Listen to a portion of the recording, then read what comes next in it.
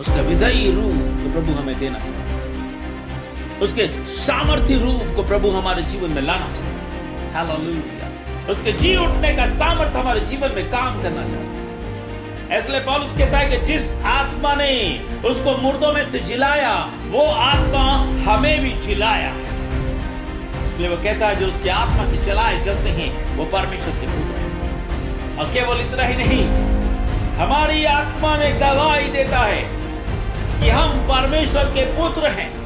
और खाली गवाही नहीं देता, जब हम पुत्र हैं तो हम वारिस भी हैं उसके विजयी रूप के, उसकी सामर्थ्य रूप के। हालेलुया। यही संदेश प्रभु मरियम मार्था को देना चाहता था। बीमारी तुम्हारे पास आ रही है, बदनामी तुम्हारे पास आ रही है, तंगी तुम्हारे पास आ रही है। यस, ये संसार का एंगल है, ये संसार का दृष्टिकोण है, लेकिन परमेश्वर का दृष्टिकोण महिमा है, विजयी रूप है। सड़ गया है उनका भाई, मर गया है उनका भाई, गल गया है, बदनाम हो गए हैं वो लोग, हंस रहे होंगे कई लोग, देखो इनका भाई मर चुका है। पहले तो कोई पूछ नहीं रहे थे। मरियम, मार्था और लाजर को पूछ नहीं रहे थे। कई लोग विरोध करते होंगे, देखो तुम क्यों प्रभु को मान रहे हो।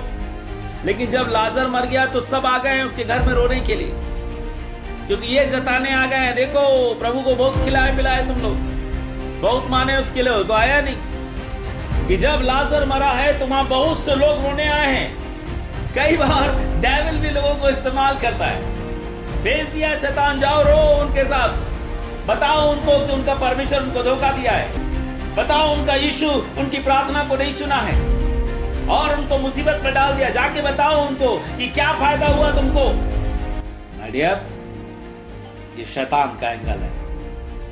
लेकिन जब आप परमेश्वर के वचन से प्रभु के एंगल को देखते हैं ना, गॉड अपनी महिमा को मजबूती से आपके जीवन में लाने के लिए और वेट कर रहा है। आमेन, हालेलुया। परमेश्वर वेट कर रहा है और भी पावरफुल तरीके से आपके जीवन में प्रकट होने के लिए। वो तैयारी कर रहा है, वो राजा है, वो राजा धीराज है, महामहिम है, वो हार उसके पास है ही नहीं। कहता है ये बीमारी मृत्यु की नहीं, ये गरीबी आपके नाश की नहीं है, ये बदनामी आपके नाश की नहीं है, ये तंगी आपके नाश की नहीं है, ये बीमारी आपकी नाश की नहीं है। हालेलुया। गॉड तैयारी कर रहा है सामर्थ को आपके जीवन में प्रकट करने।